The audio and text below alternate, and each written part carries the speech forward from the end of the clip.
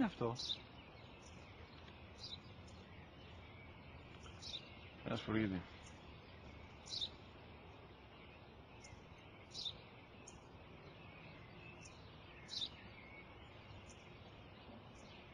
Τι είναι αυτό? Μόλις τώρα στο πατέρα, σπουργίτι είναι.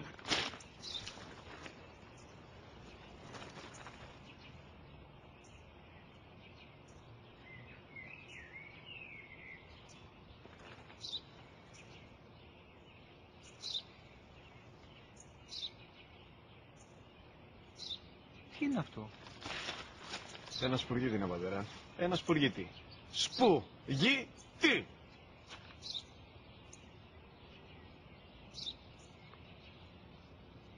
Τι είναι αυτό? Γιατί το κάνεις αυτό το πράγμα, μπορείς να μου πεις? Τόσες φορές σου είπα, είναι ένα σπουργίτι. Δεν το καταλαβαίνεις. Πού πας?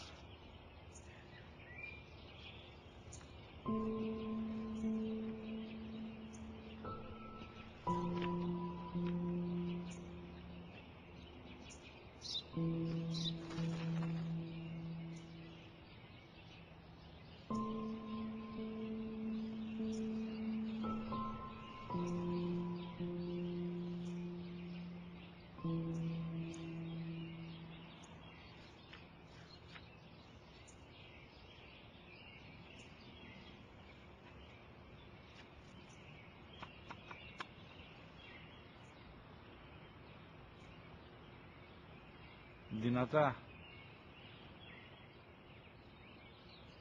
Σήμερα ο μικρός μου γιος που πριν λίγες μέρες έκλεισε τα 3 καθόταν μαζί μου έξω στο πάρκο όταν ένα σπουργίτι ήρθε και κάθισε απέναντί μας.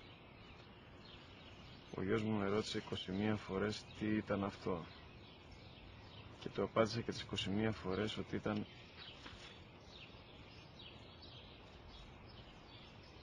ένα σπουργίτι. Τον αγκάλιασα τρυφερά και τις 21 φορές που μου έκανε την ίδια ερώτηση, ξανά και ξανά, χωρίς να εκνευριστώ, νιώθοντας στοργή για το αθώο μου αγοράκι.